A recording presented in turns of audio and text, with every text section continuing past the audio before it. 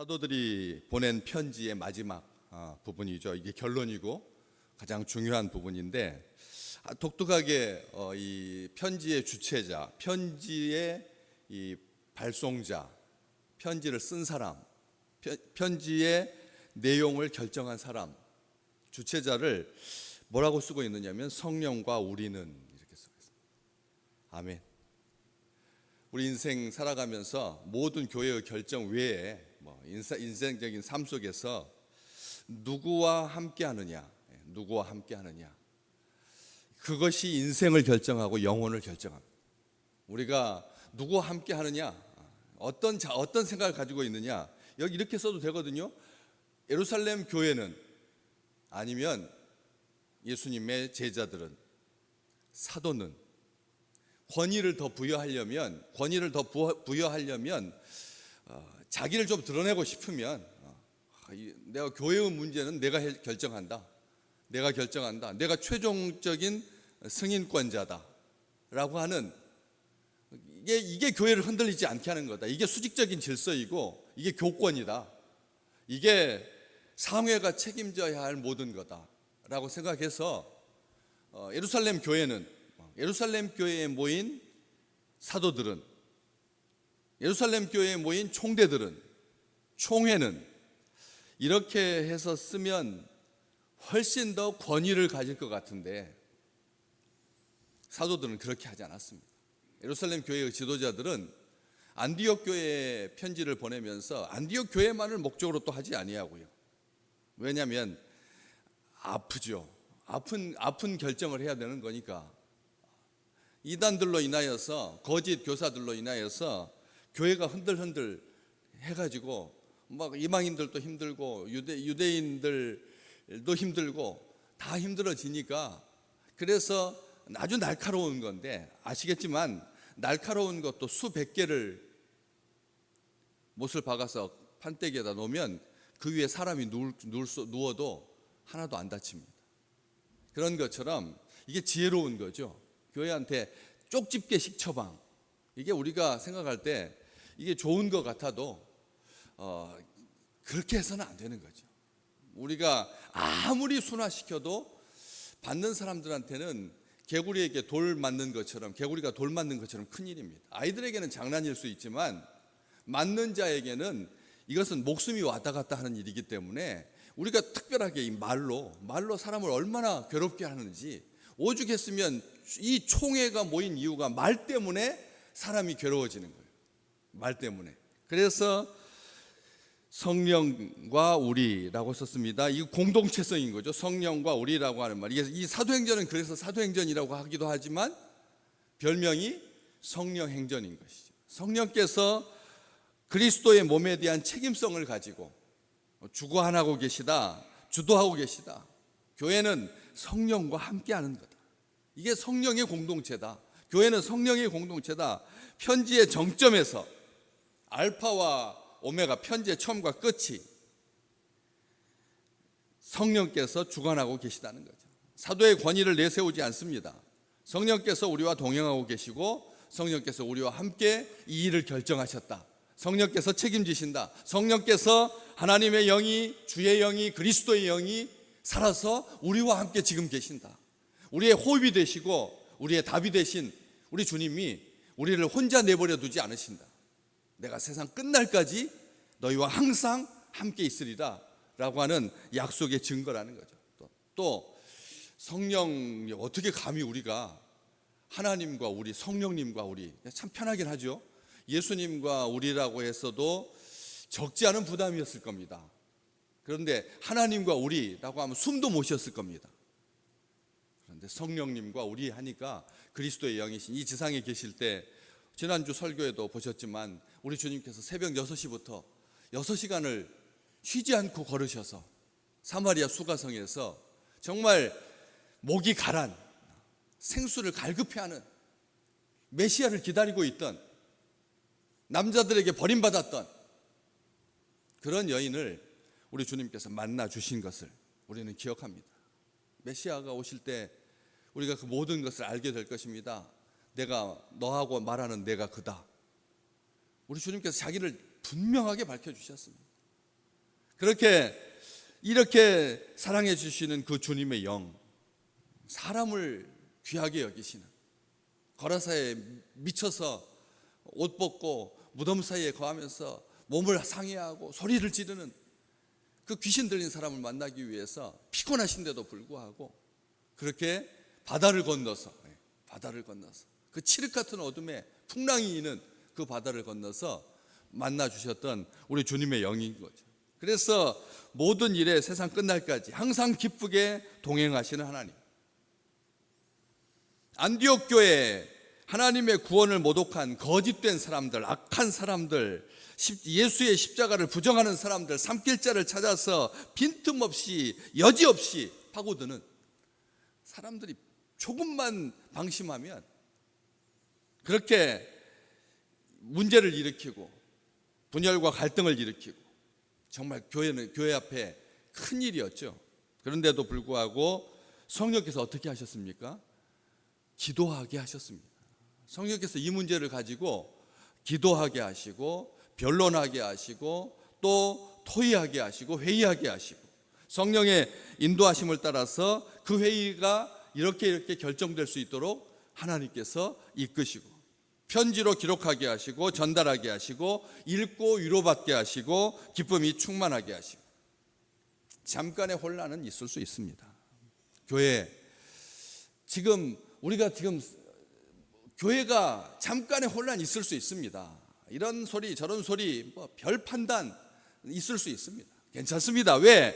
그 일로 인해서 안디옥 교회는 할례파, 무할례파, 유대인 출신 그리스도인이냐 아니면 이방인 출신 그리스도인이냐, 본토 출신이냐, 로마에서 퇴역한 군인들이냐, 그렇게 율법 준수파, 비준수파, 자유파, 예수파 나뉘지 않았다는 거죠.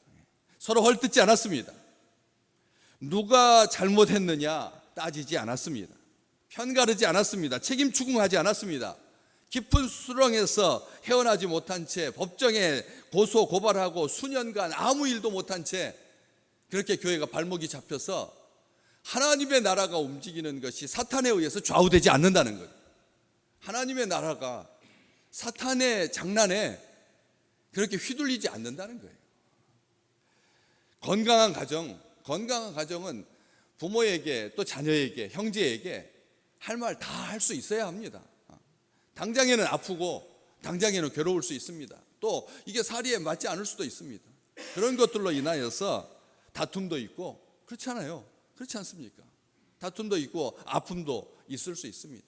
그러나 정말 사랑하는 공동체, 사랑하는 가정은 무너지지 않습니다. 그런 일로 인하여서. 오히려 그런 일로 인하여서 비견 뒤에 땅이 더 견고해지는 것처럼 하나님의 교회는 그런 일로 인해서 무너지지 못합니다. 음부의 권세가 흔들지 못하리라. 우리 주님께서 약속해 주셨지 않습니까? 내 교회, 내 교회다. 내 교회다. 내 교회를 음부의 권세가 흔들 수 없다. 우리 주님께서 단호하게 말씀하셨죠. 서로 원수되고 폭력 상태로 비하되고 어쩔 줄 몰라 하고 사탄의 먹잇감이 됐다. 사탄의 놀잇감이 됐다. 원수 마귀가 기뻐한다. 그렇게 성령은 내버려 두지 않으신다는 거죠. 성령 부드러우신 영입니다. 바람과 같이 우리를 시원케 하시는 영이, 물과 같이 우리로 하여금 생명으로 충만하게 하시는 그리스도의 영이신데 연약합니까? 성령의 검입니다. 사탄을 무찌를 수 있는 강력한 무기입니다. 사탄의 진을 흔들어대는 역사는 성령과 우리라고 하는, 성령께서 우리와 함께 계신다라고 하는, 성령께서 이 모든 것을 주관한다고 하는 믿음의 사람들의 기도와 간구와 고백과 그리고 의지와 신뢰, 이것으로 결정나는 것입니다. 오늘 우리의 영적 전쟁은 성령과 우리가 함께 있느냐, 성령께서 우리와 함께 계신다라고 하는 그런 믿음으로 될 줄로 믿습니다. 성령과 함께 하는 것, 이게 얼마나 중요한지요. 더욱 견고해지고 주의 말씀을 배우게 되고, 그 다음에 이 36절부터 2차 선교여행 2년 6개월에 걸친, 자기가 개척했고 복음의 씨앗을 뿌렸던 그 지역을 다시 한번 거꾸로 역순으로 그렇게 쭉 해서 다시 돌아오게 되는, 그래서 극복하고 이기고 더욱 성장하게 되고 건강하게 되고 행복한 교회가 되고 2000년 동안 교회의 주 정신이 된 거죠. 아래 우상의 제물과 피와 목매어 죽인 것과 음행을 멀리하게 되고, 그래서 스스로 삼가서 잘 되는 교회가 되고, 그리고 평안으로 넘치게 되는 이 일을 겪음으로 말미암아 성령께서 다 하셨다라고 하는 것을, 역사하셨다라고 하는 것을 교회는 깨닫게 된 것입니다. 우리가 지나간 시간들 이렇게 돌이켜 보면 그렇잖아요. 아시잖아요. 이런 속에서 우리의 자녀들이 성장하고, 그래서 사랑하는 사람을 만나고, 또 자녀를 낳고, 좋은 목사님 만나서 신앙생활 하게 되는 것, 이런 과정 속에서 모든 것을 결정하시고 주도하시고 선도하시고 책임지시고 도와주시고 성령께서 함께 하셔서 바른 결정하게 하시고 바른 고백하게 하시고, 우리의 고백이 왜곡되지 아니하도록, 그렇지 않습니까? 옆에서 귀신도 아느니라, 귀신도 주님을 알고 떠는데, 귀신도 우리 주님 앞에 그렇게 주님이 어떤 분이신지를 아는데 우리의 고백이 우리의 감정에 의해서 흔들리거나 아니면 할례를 받아야 된다, 모세의 율법을 지켜야 된다, 능히 구원받지 못하리라, 그렇게 거짓말하는 악한 영적인 혼란을 가져다주는, 사람을 괴롭게 하는 것에 대해서 그렇게 주저앉지 않도록 성령께서 하나 되게 하시고 기도하게 하시고 하나님의 뜻을 분별하게 하시고 참과 거짓을 분별할 수 있는 영적 능력을 주시고, 그래서 참 진리로 우리가 거룩하게 되고 복음이 결국 승리한다는 것을, 하나님이 영광 받으신다라고 하는 것을 우리는 이 말씀을 통해서 확인하게 되는 것이죠. 그리스도의 몸은 살아 있습니다. 성령께서 우리와 함께 계심으로 그리스도께 누가 되지 아니하도록 성령이 앞에, 그리고 내가 아니라 교회는 우리입니다. 교회는 나 혼자 사는 공동체, 나 혼자 기도하고 나 혼자 신앙생활 하는 것이 아니라 믿음 안에서 하나 되어서 서로 사랑하고 짐을 나누어지고 평안하게 되고 거리낌 없게 되고 인정하고 격려하면서, 그래서 더러운 것 멀리하고 주의 거룩함으로 앞으로 나아가게 되는 것이죠. 우리 성령과 우리는 이 요긴한 것, 이 요긴하다라고 하는 이 표현, 요긴한 것들 외에는 아무 짐도 너희에게 지우지 아니하는 것이 옳은 줄 알았다. 이것을 누가 알게 해줬나요? 네, 성령께서 알게 해주신다는 거죠. 성령께서 알게 해주신다는 거죠. 우리가 꽃잎으로도 사람을 때리지 마라, 이 세상 말이 얼마나 아름답습니까? 꽃잎으로도 사람 때리지 말라. 꽃잎으로도요. 꽃잎으로 사람 때리는 것은 축복이죠. 안 그렇습니까? 몸에서 향기가 날 텐데. 그런데도 아픈 사람은 꽃잎 하나 더해지는 것으로 인해서 아프다는 것이죠. 여러분, 어제 멀리 우리 속초에 계시는 정풍자 권사님 신방했습니다. 이사한 지 1년이 지났는데 코로나도 다 끝났는데 목사님 신방해 주십시오. 신방 다녀왔습니다. 그런데 같이 집사람하고 둘이 다녀오는데 한 차인데도 아내 쪽은 20도로 낮춰야 되고 저는 23도, 절대 그러지 않았거든요. 저는 그렇지 않아요. 제가 몸에 막 열이 막 나가지고 한겨울에도 손발 다 이불 바깥으로 내놓고 자는 열덩어리였는데, 아내는 추워가지고 그냥 다 싸고 자야 되는, 그래서 몸이 그냥 너무 차가운. 그런데 이 나이가 되니까 또 이게 바뀐 거예요.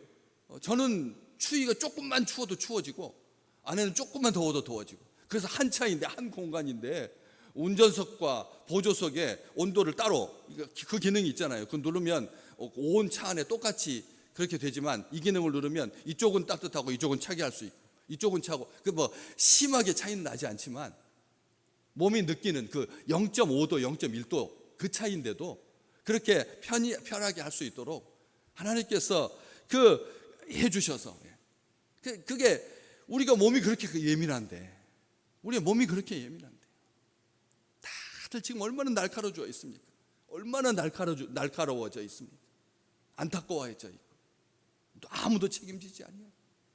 이러기 때문에, 그래서 아무것도 아닌 것 같아도 우리 생각에는 그런 것도 그거 견뎌내야지 그 말 한마디가 다 다 할 수 있어 뭐. 이런 말 한마디가 약한 사람들한테는 이게 곤혹스러운 거군요. 나를 무시하는 것 같고, 뭐 나는 뭐 그렇게 안 이기고 싶어서, 못 이기고 싶어서 그렇게 하는 거 아닌데, 이러한 것들을 배려하지 안 하면 그럼 약한 자에게는 정말 너무나 아프다는 거죠. 너무나 괴롭다라고 하는 거죠. 그래서 요긴한 것들 외에, 요긴한 것, 가장 중요한 것, 요긴한, 우리 생각에는 이렇게 말해야 되잖아요. 절대적인 것 외에는, 이렇게 말해야지 말이 세지잖아요. 말이 강력해지잖아요. 그렇지 않겠습니까? 사도들이 그렇게 오랜 시간 변론하고 해가지고 교회가 결정해서 편지로 써서 보내는 거라면, 이 네 가지 것에 대해서는 절대성을 부여해서 절대 변형이 있지 않도록, 사사로이 해석하지 않도록 그렇게 말해야 되는데, 성령께서 도와주실 거니까, 성령께서 함께 하실 거니까 뭐라고 한다고요? 요긴한 거라고 해요. 요긴한 거. 요긴하다라고 하는 말 우리가 신경이나 쓰겠습니까? 그렇지 않아요? 목숨이 달렸다고 그래야지. 목숨이 달렸다고 그래야지. 이거 안 지키면 재산이 반이 날아간다고 그래야지. 노후는 쓸쓸하게 보내게 될 거라고 이렇게 말해야 하잖아요. 그런데 그렇게 말하지 아니하고, 이 요긴한 것들 외에는 아무 짐도, 이 외에는 지금 네 가지 말해준 이 요긴한 것들 외에는 다 짐이라는 거예요. 교회는 교회인데, 주님의 교회인데, 믿음의 공동체인데, 하나님의 역사가 나타나는 하나님의 사람들이 모여 있는데, 그런데도 이 요긴한 건 네 가지 외에는 다 짐입니다. 결국 따지고 보면, 교회 이렇게 힘들어하는 거 보면 요긴한 것들 외의 것 가지고 사람들한테 말하니까, 사람들한테 그 규정이 되니까 다 인생의 짐이더라고요. 다 처음에는 선한 의도를 가지고 하죠. 안 그래요? 안 그렇습니까? 원로 목사님 때는, 뭐 우리 교회는 말하는 게 아니라 원로 목사님 때는 사모님이 너무 적극적이었기 때문에 다음 목사님 때는 어떤 목사님을 원하죠? 사모님이 좀 조용히 계셨으면 좋겠다. 교회마다 지금 도대체가 막 어떻게 가고 있는지를 모를 만큼 아주 혼란스러운, 이런 때 우리가 기억해야 됩니다. 스스로도 마찬가지고요. 스스로도 마찬가지. 딴에는 막 보살펴주고 싶고 막 격려하고 싶고 하는데도 이것이 짐이 되어서 그것이 무거운 짐이 되어서, 사랑하는 사람에게도, 우리 자녀들에게도, 자녀들에게도 한 번도 그런 말 안 하시잖아요. 내가 너희들 위해서 어떻게 살았는데. 여러분 그 말 한마디가 자녀들로 하여금 삐딱선 타게 하잖아요. 안 그래요? 우리가 알잖아요. 부모가 자식에게 그런 말 못합니까? 할 수 있잖아요. 내가 너희를 위해서 정말 어떻게 살았는데, 억울하니까, 몰라주니까 그렇게 말할 수 있잖아요. 그런데도 그렇게 말해서는 안 되잖아요. 안 그렇습니까? 아시잖아요. 내가 너를 위해서 어떻게 수고했는데, 어떻게 애썼는데. 그렇게 하지 않잖아요. 그렇다면 우리가, 사도들도, 이 교회도 예수님의 직접 제자들 아니에요. 주님의 동생이 야고보가 그렇게 하자 하는 게 옳다, 이제 다 같이 그렇게 결정해가지고 했는데도, 거기 그 사도들도 그렇게 짐을 지지 않았는데, 이것 요긴한 것 외에는 짐을 지우지 않았는데, 평생 우리 주께서 부르시는 그날까지 자녀들에게도 요긴한 것 외에는 짐을 지우지 아니하고, 오래된 성도들도, 헌신자들도, 새신자들도 이것 외에는 짐을 지우지 않는 교회, 수고하고 무거운 짐진 자들아 다 내게로 오라. 우리 주님께서 다, 그것은 우리 주님께서 다 맡아주신다고 했으니까, 너는 내게 나와서 내게 배워라. 우리 주님, 나는 온유하고 겸손하니 내게 나와서 내게 배워라. 우리 주님을 배우는 거예요. 주님을 배우는 게 이게 요긴한 거. 주님을 배울 때 이게 요긴하다라고 하는 거예요. 요 네 가지만 신경 쓰면서 그렇게 짐은 오직 주님께 다 맡기고, 주님의 멍에 주님께서 지고 따라오라고 하시는 이게 십자가, 우리 주님께서 주신 이 자기를 부인하는 거, 이게 자기를 부인하는 거거든. 그래서 평생 우리도 행복하고 우리 곁에 같이 신앙생활하는 친구도 행복한, 아름다운 식구들 되시기를 주의 이름으로 축복합니다.